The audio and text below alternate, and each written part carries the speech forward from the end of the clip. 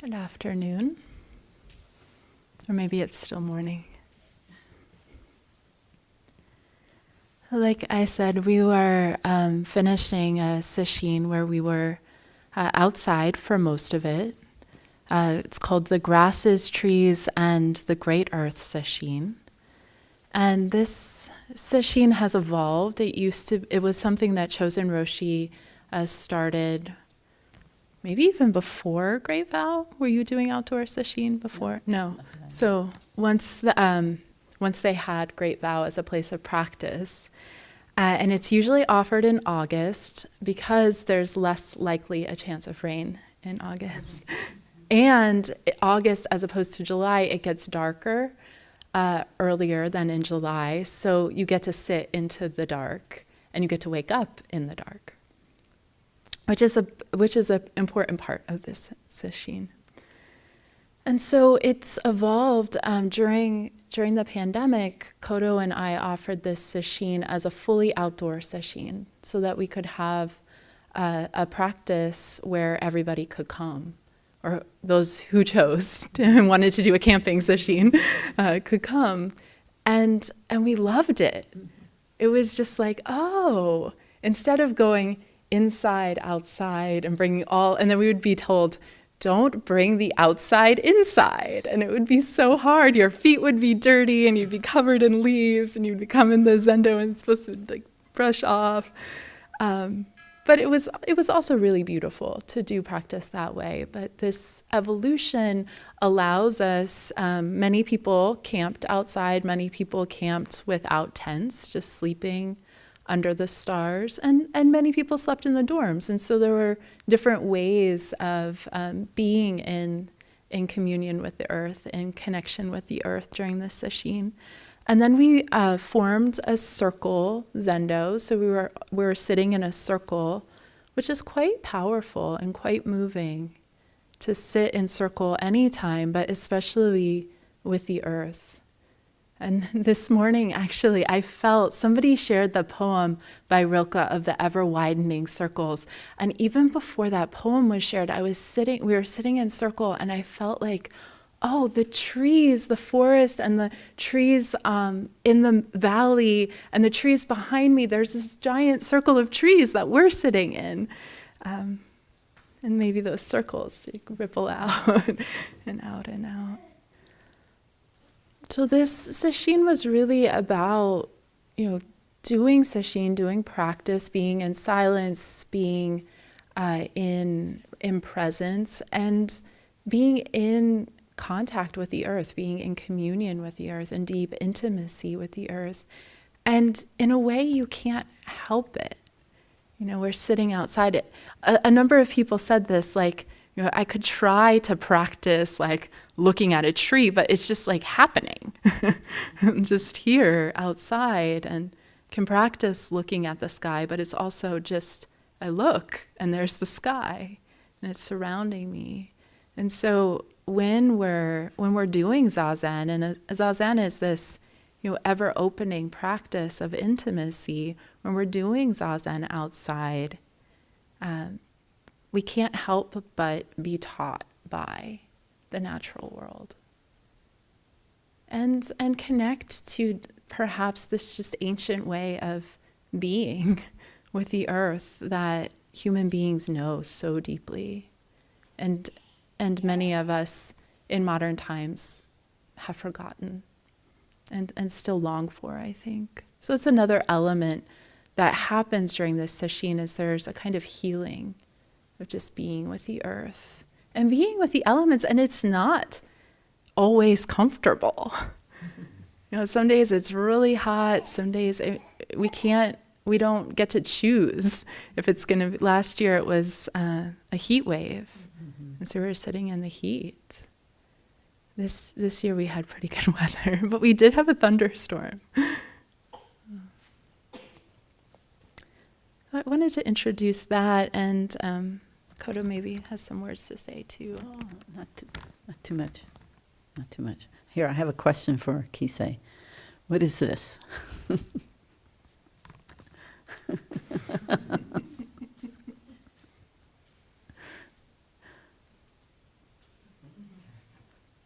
friend. Yeah, I was actually going to give this to Dojin because it's Bodhidharma's surfboard. Check it out. Look at the paintings. You'll see it. It's there.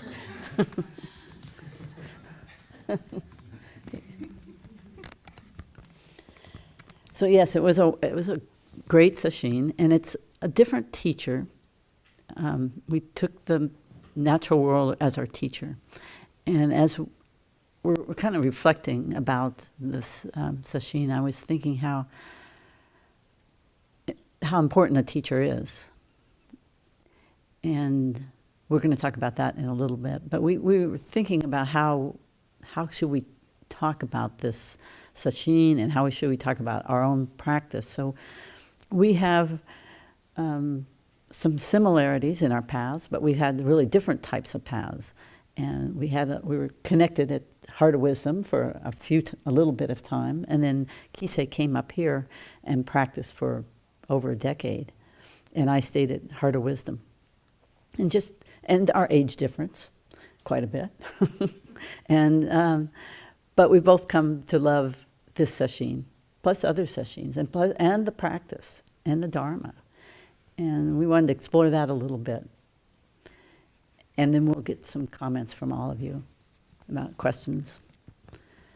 But I think we should start back. It's like, where did that seeking mind start?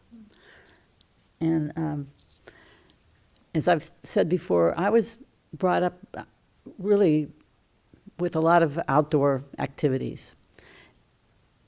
And there was something about the outdoors that drew me. I remember even when I was really little, I remember complaining to my parents because the girls weren't allowed to be outside as much as the boys. And I said, I want to be a boy. And they go, why? And I said, because they can play outside more. And so all of a sudden, then they let me play outside more. and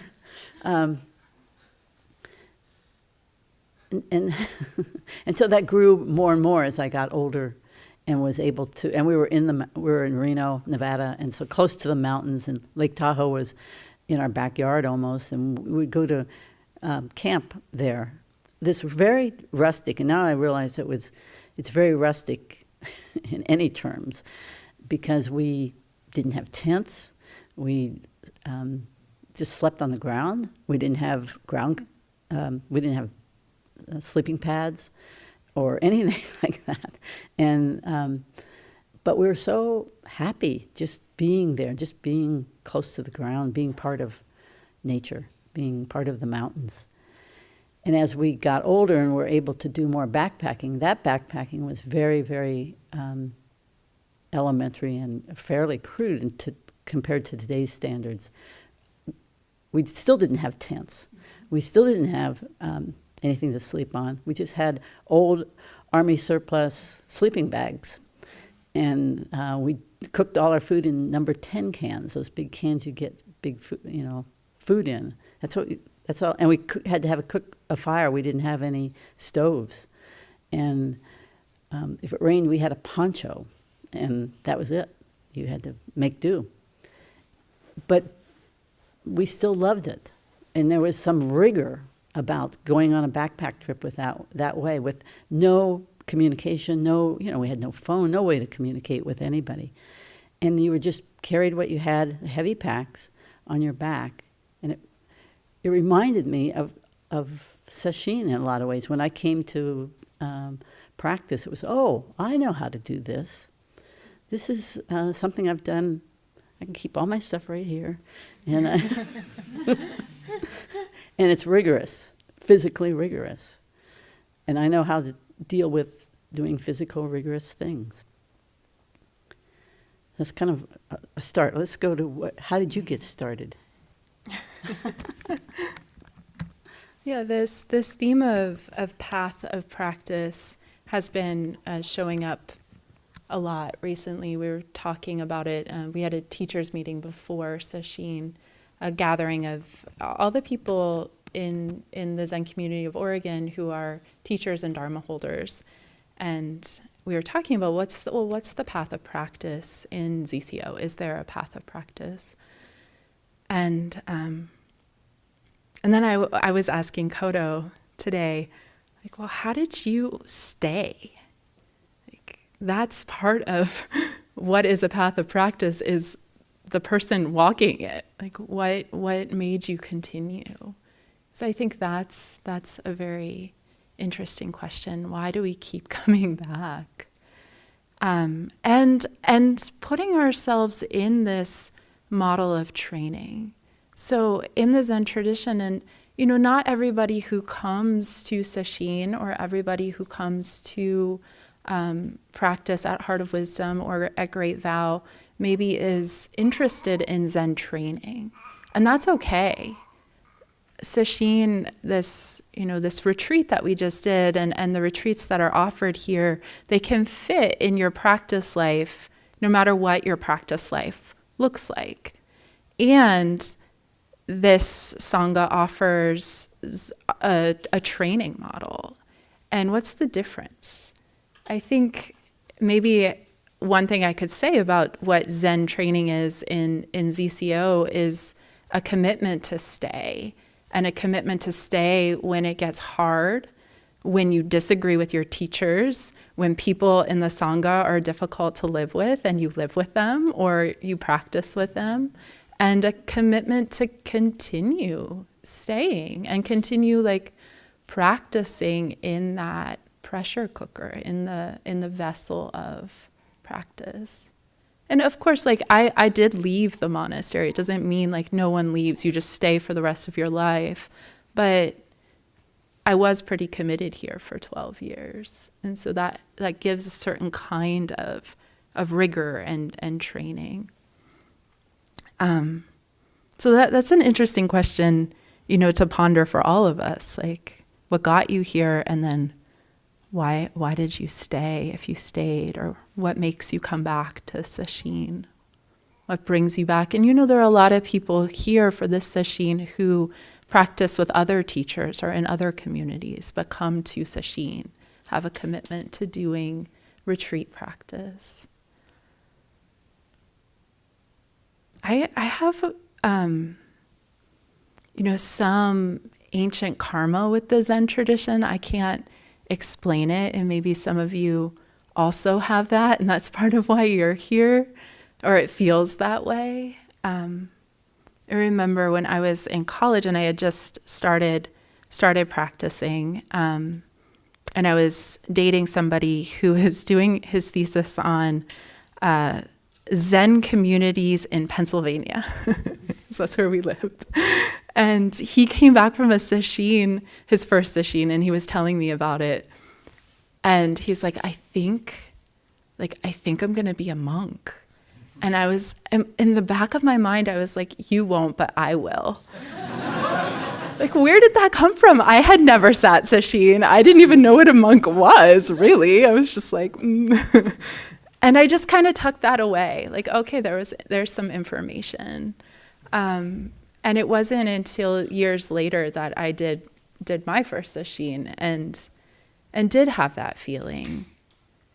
Not necessarily that I would ordain, but a number of people spoke to this in different ways during this retreat of, I had been practicing meditation, I was familiar with mindfulness, I had read some books. There weren't nearly as many books 15 years ago about Buddhism as there are now. So I read some of Thich Nhat Hanh's books. I went to Zen Mountain Monastery, and in order to train at Zen Mountain Monastery, at least then, you had to read Daido's book about the path of Zen. And they're very clear what Zen is and what the path of practice is. But actually being there was just so much mystery. And I loved that. Like sitting in the dark, we would sit facing the wall. And so you couldn't see what was happening. And there's an element, I was talking about this yesterday during sesshin, there's an element of being allowed into the unseen parts of my being.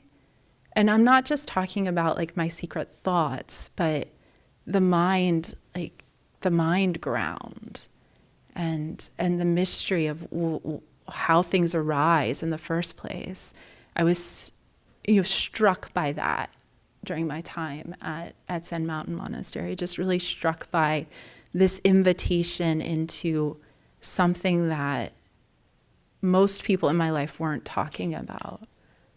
And they were. Maybe not quite talking about it, but creating the conditions that I felt invited in to this mystery. And it felt ancient. And so I felt like, I'm connecting to something that humans have always known about who we are. So that was one piece that touched me. And then also just doing the sesshin, which was rigorous, as you all know.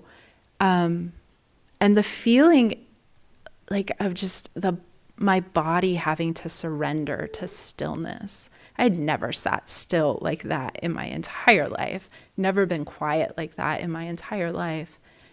And just it felt like, there's something I know now in my body that I cannot unknow.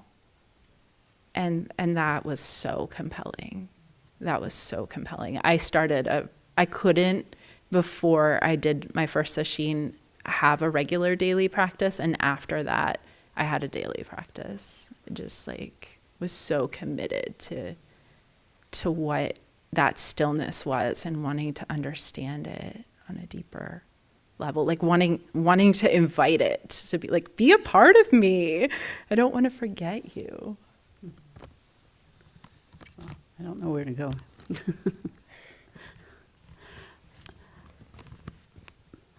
I think I was introduced to the stillness and the power in the mountains at that young adult age, teenager actually.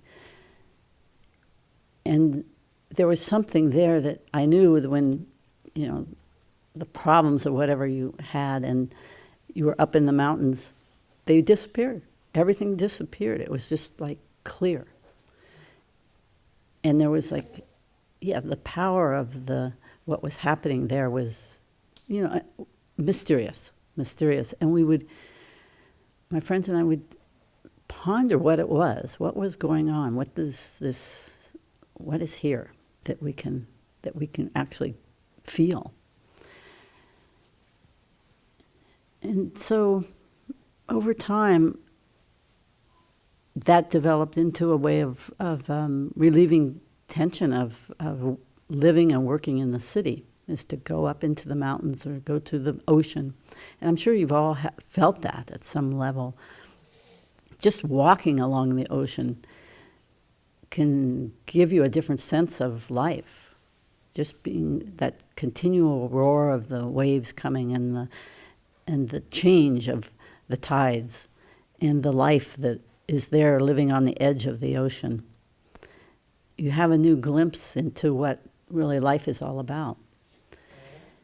And so that was my path, and actually Zen came in a little bit in college, and I was very interested in what is this thing called Zen, and interested in other spiritual practices, but never really could find a path that satisfied me until much later, and I really decided here I am, I'm getting older and I haven't really explored this spiritual path that I'm interested in.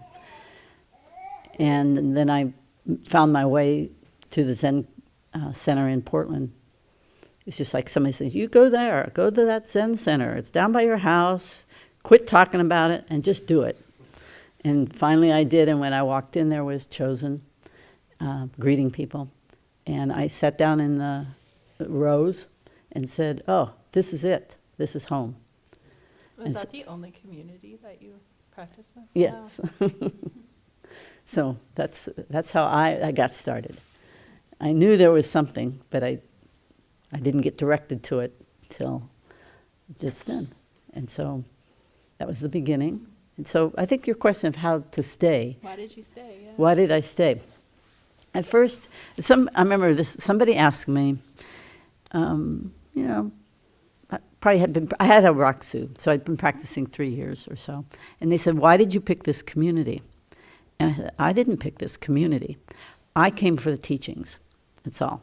It was kind of abrupt, and that was it. I just came for the teachings. And then, I remember even telling Hogan, I said, okay, I think I've got it. Got what? I got the teachings. I think I'm going to leave. I got it. It's good. Thanks. See you around. He kind of looked at me and he goes, I highly recommend that you don't do that. I think it was and so why did I stick around longer? There was a couple things, and I think we started really looking at vow and what is a vow. And I can't remember because it's all kind of long ago, but I think I became the head of the Zendo downtown, and that gave me a lot of responsibility. And then at the end, every person who had been head of Zendo left the community after they were done. They go, oh, I've done this, I'm going, I'm leaving. And so I said, I vow to not leave this community after I'm through with head of Zendo. And I'm not quite sure exactly where that came from or why that was so strong, but I remember saying it to the community. It was a way of articulating a vow that I wanted to stay, because it'd be easy to leave. And so when I said it to the community that I would stay, that was a big commitment. So I think that's how I stayed, one of the reasons I stayed, and one of the stepping forward and actually saying to the community, I'm here for the long run.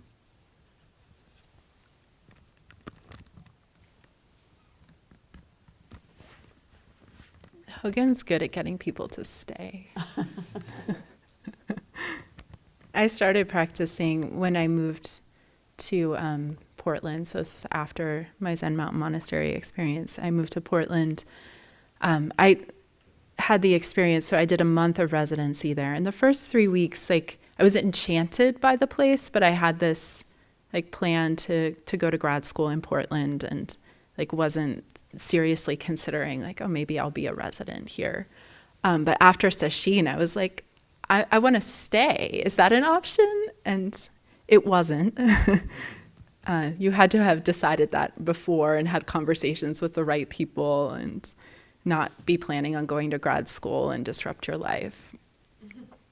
But they did tell me about Great Vow, and they were like, oh, there's a monastery in Oregon. Perfect. You're moving to the right state. Because there aren't a lot of monasteries around. And Zen Mountain Monastery and Great Vow actually come from the same lineage. So they called Great Vow our younger sister, Sangha. But I started sitting with the Heart of Wisdom group. Joman was one of the first people I met. And because I had read Daido's book, and he insisted the student-teacher relationship is primary to having a Zen practice, I wanted to do Sanzen. And I just knew, I'm going to do Sanzen. That's what is an important part. Just as important as Zazen, it's Sanzen. And those interactions with Hogan, every Sunday I would bike to the Zen Center, and I remember riding back, just he would ask me, I think I've said this before, but he would ask me, why are you here? And I didn't know how to answer the question ever. But he would keep asking, and I would be filled with just so much energy when I left. I'm doing it. I'm doing my practice, and I have this support from this human, who was Hogan Roshi at the time. But I at some point, I sunk into living my life in Portland, and I was in grad school, and I had an internship, and was starting to make friends, and it was harder for me to get myself to the Zendo, and I was starting to embrace the mindset of, well, everything's practice, and everything's my teacher. And I told Hogan that, and he was like, you should be timekeeper. because that way you will have to come here. So I did. I started as timekeeper too. It's a gateway. So beware. For a timekeeper, yeah. Yes, the importance of having a teacher. I remember I was looking back at some journals that I wrote, and I'd been in Europe, and we were like at Notre Dame, and I wrote, I need a teacher. I need to learn to meditate, and I need a teacher. And it was like this important thing. But it was many, many years till I found a teacher. And I had Sanzen with Chosen for the first time, and it was such a beautiful situation. The getting to Sanzen. At first, I came in, they had been there all week at Still Meadow, and I came in like on Thursday. And I'd never been to Sesshin, and they whispered to me what to do. Oryoki in the Zendo, and then this Sanzen thing. And I couldn't follow it. I didn't know what they're talking about or how you do it. And so they came up to me and said, it's your turn. And I said, no, I'm not going to go because I don't know what you're talking about. And they go, no. And they said, no, you can't make that choice. You have to go. So I did, and then you had to stand in one place, and then you had to go outside. It was dark at night, and sit in the middle of the meadow, and that was the next stage. And then you went into the hut with Chosen. And it had snowed, and there was a blanket and probably a zabuton out there. And I was sitting out there in the snow, in the dark, with the stars, and I thought, I've died and gone to heaven. This is the most beautiful thing I've done in ages. And just the prep for Sanzen was wonderful. The Sanzen itself was a little not that great, but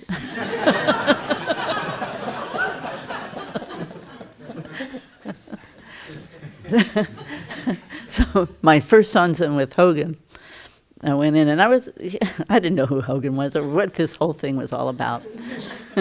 So she didn't read any books. I didn't read any books because there weren't any books, hardly. And then, so I went in and he said, "Where'd you come from?" And I said, the primordial swamp. I was serious though, you know. Okay. He says, "What are you made of?"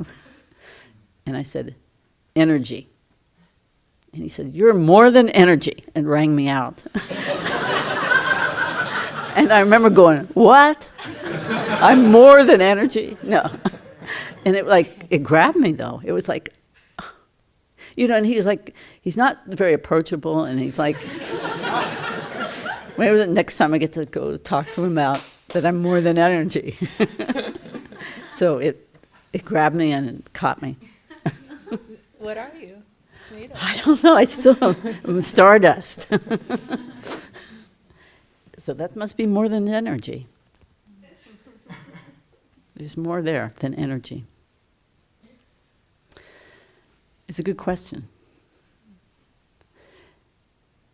So I got that. I started, and the other thing was right around that time,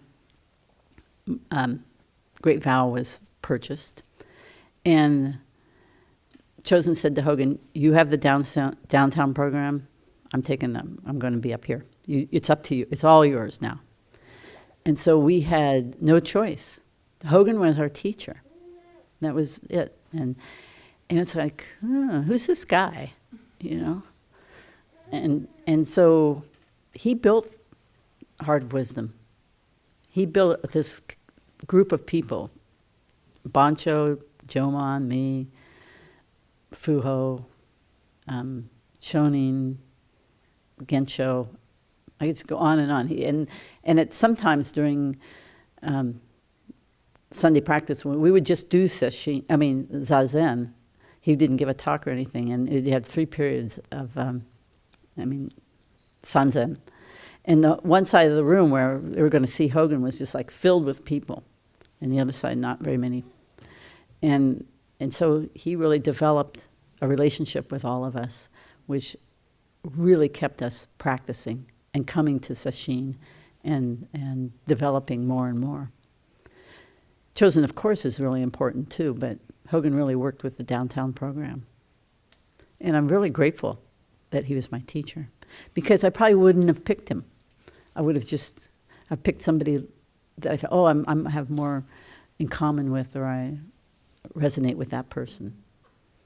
But to have a person that, this is kind of like maybe our karma is that we work with each other, and to go through and work out all our differences over the years, and also to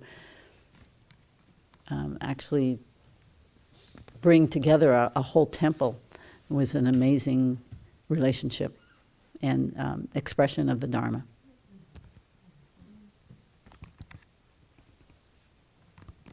Yeah, I feel like that, something you touched on, like part of Zen training and being in a Sangha is that, like, the people you love leave. And yeah.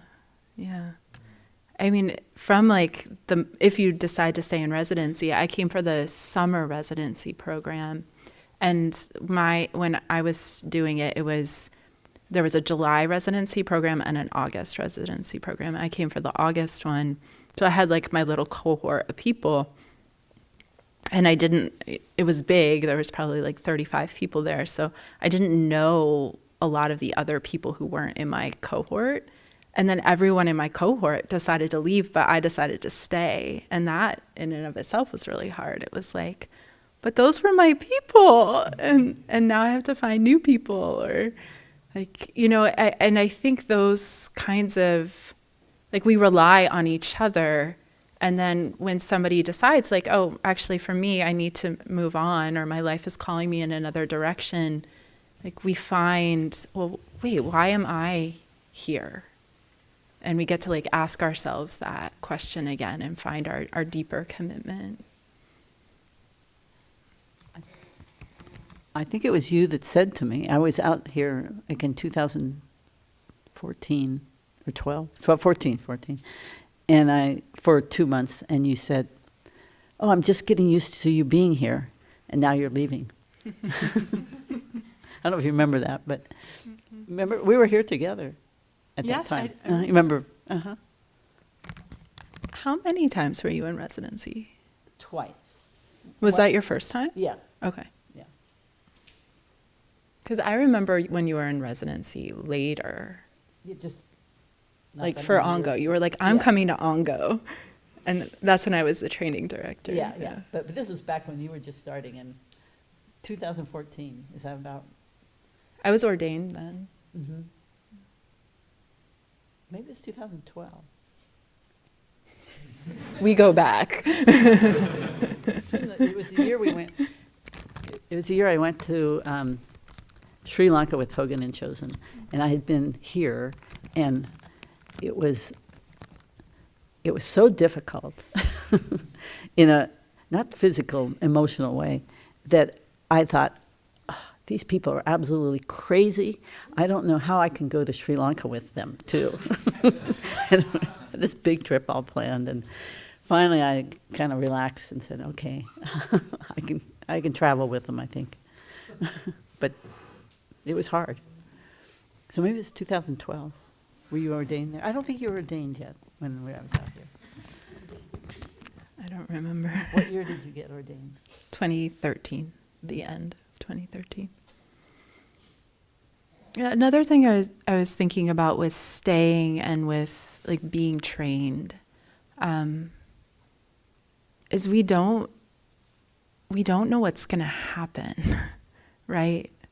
I mean, that's always true. And so, my path for this particular lineage was to ordain and live as a monastic. And, you have this rough idea of what the training model is. It's like, oh, you'll be Shuso, you'll be Tenzo.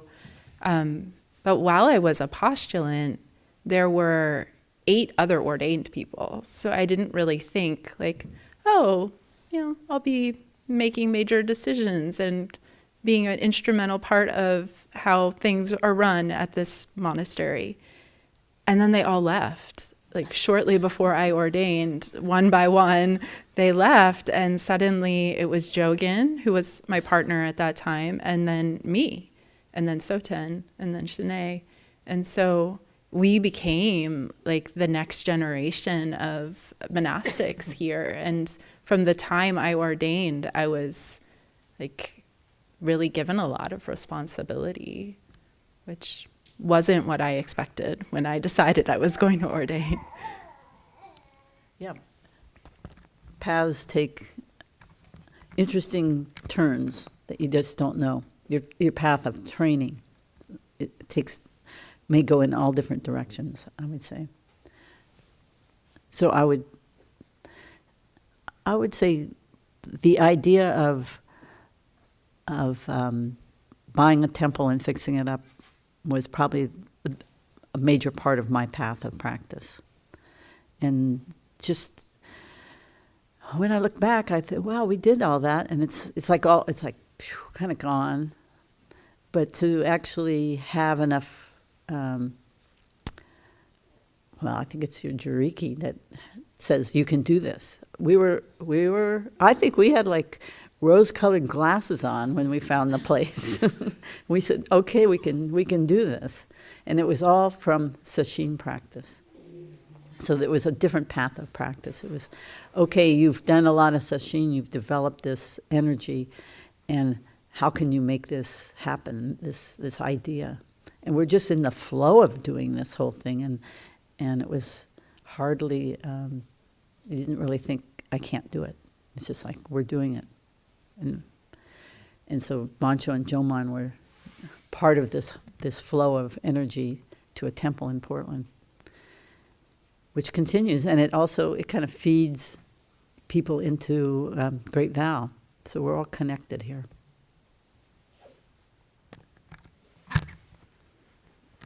So we have some time if anybody has any questions or anything you would like to share about sesshin, about your own path of practice.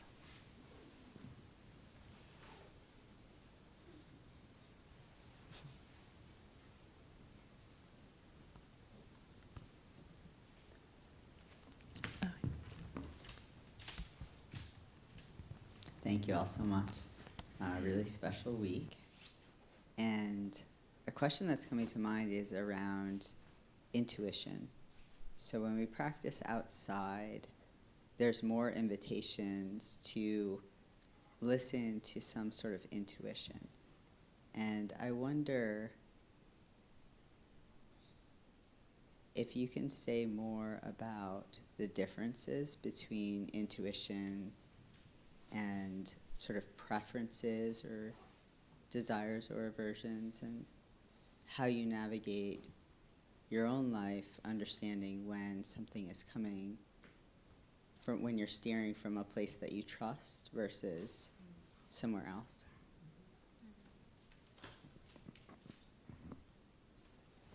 Yeah, I think that's a really interesting question, because I've noticed in myself, and I've noticed this in others, there can be this tendency when we have a strong feeling about something to believe that it's true. Like, oh, I feel this, and therefore it must be, like, I must do this thing. And sometimes that feeling is a strong feeling, but it's based in fear or anxiety or anger or some form of self-preservation. Which isn't bad, but those kinds of like, I feel this way, that's why I need to do this, or that's why I can't talk to this person anymore, or it's worth investigating. And I think, on the other side of that, I think there is, sometimes people call it a knowing, like a clear yes or a clear no to something that we can feel in our bodies. And sometimes it's hard to distinguish what is what. And so I think with practice, we can learn, especially if we're used to operating from our emotional reactivity. It can be helpful to just really like learn to feel feelings in our bodies and notice that they pass. And then if something like keeps coming up as like, oh, this is the next step, this does feel in alignment, like, yeah, to trust. And we never quite know where things are coming from, and like, we move, and then that's the life we respond to. And I'm also appreciating that about this path is, sometimes people get really worried about, I'm going to make the wrong decision. And I don't think there is like a right decision out there. We can be clear of where our decisions are coming from, or clearer, but we take the next step, and then that's our life, and we respond to that life. Yeah, I don't have a real strong answer here, but I used to not really believe in intuition. I always thought there was, because I thought there was much more to being logical and practical that would really make sense of how to live your life. But when people talk about intuition being like the wise self, the wise part, when you can kind of take the ego self away, what does the wise heart say? I feel that that's clear and important, and that you have to kind of let things fall away so that you can really hear the wise heart. But it's there, and we can call it intuition.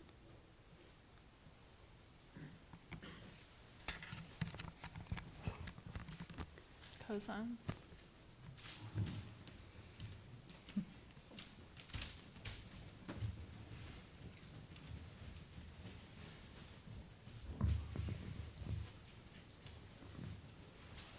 So, Hogan's always talking to me about responsibility, and you guys touched on responsibility a little bit just now. And I'm wondering how it relates to the deeper teachings of Zen, responsibility and the deep teachings of Zen. Can you talk on that a little bit? This is something I'm pondering as I transitioned out of the monastery, like reflecting back on what Zen training is. And our model, or the ZCO model of Zen training, is just keep on taking more and more responsibility in a way. And I think like we need a container. Like as our insights in Dharma deepen, like it needs to be expressed. We can't just like hold it up. And when people try to do that, I think something is lost or killed. And so this model, which is one model, and it seems to work pretty well, is, just step fully into your life, serve, and then keep doing sesshin. And that's how integration happens. It's like Dogen Zenji has this quote, practice, realization, and expression are one thing. And that's how I think it functions here, is you keep, stepping into, okay, now you're Jisha, okay, now you're Shuso. And when you do that, you're responsible, and there's that element, like I was talking about yesterday, of turning on a dime. Like, you realize, like, okay, I'm responsible, but I'm kind of in on the cosmic joke too. Like, this is all just being created and destroyed, and we participate in that. We create sesshin, and then we tear it down, and then we create a ceremony, and then we tear it down, and yet we like really pay attention to all the details as best we can of all of that. And I don't know.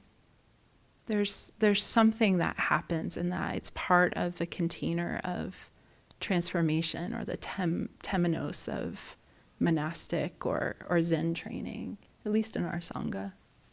But I think that's true in all Sanghas. I was at a Zen teachers meeting, and they were like, yeah, like we just can't get people to really be invested in sweeping the front yard. And I'm like, oh gosh, like that's a Zen thing. But I get it more. I get it more. Like it's the pouring forth of our practice activity into selfless service. Yeah. It's not really about the front walk or like how good you videotape us or how good the food is, although it's good. Yeah, I'm going to just jump to the big responsibility. And we were at the teachers' meeting the other day, last week or so, and Chosen said to all the teachers that, she was talking about the directive of passing on the Dharma. So I would just say responsibility is at every level along the way is if we were touched by the Dharma, touched by practice, then we have a responsibility to help other people have exposure to the Dharma. And so that can come through cooking, videotaping, teaching, welcoming people, having the zendo open. There's many, many ways, but that's the responsibility that we have once we have really touched the Dharma.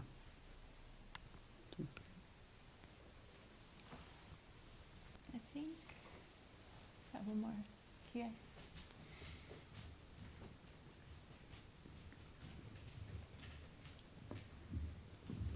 Thanks for sharing your paths to practice. I'm just curious, and this has been touched on a little bit, but like sometimes the practice can feel very serious to me, and especially when I started the summer residency program here, there was this kind of like austerity, and I mean, maybe this is just like personal experience, but I felt like a little bit of like lack of playfulness or softness and a lot of like kind of directive speech. And I guess I'm just curious like how you both feel about that, or yeah, because I think that might be like one sort of barrier I see to my own continuous practice. I think that's a barrier that a lot of people feel. And I know for me, when I came in, well, when I first started practicing, I thought it was just about sitting. And then I saw people doing this incense business and wearing robes and shaved heads and all these strange things. And I was really curious, like, why did they do all that? What's going on? And why do we sit in rows? And why is this? And of course, the teachers they don't answer all those questions for you. You have to like practice with it a bit and just be there. But there's some purpose for this, the way it's set up. And I have a lot of respect for it now. I think also Zen has this reputation that there isn't any heart practice. And Chosen and Hogan have both brought in lots of heart practices here. And so there's some austerity and rigor and formality that has been handed down as part of the practice. But underneath it all, there's much more heart and spaciousness and taking responsibility. And so it all works together. So that's my answer. Yeah, and I think the different practice communities feel differently. I mean, just even comparing Heart of Wisdom to Great Vow, Heart of Wisdom has a little more softness. I think you would feel that if you went there. One thing I can say from my experience, and this surprises me always, but there's something about the rigor of Zen and Zen here. You know, each Sangha does Zen in their own way. That I feel like this inner playfulness. So it's not just the playfulness of I want to have a good time, and I feel it in the residents here, which just brings me a lot of joy and hope that the practice works. It's like somebody's shimmying a little bit down the intersecting hallways, or flipping their shoes off and catching them in their hands. And, there's like this inner sense of freedom that it's like we're both like shedding the self and shedding those needs to stand out or be special or do something funny. And also like this little play and brightfulness does shine through. And yeah, I feel, and I think everybody has their own relationship to this, that structure gives us a deep sense of inner freedom. And like even though sesshin is so rigorous, like the kind of spaciousness and brightness and inner play is so vast. And that's amazing. And Zen people can have really good dance parties if you stick around. At CMM too, when I was at Zen Mountain Monastery, they're like, we're going to have a dance party in cabin number 5 on Hosan.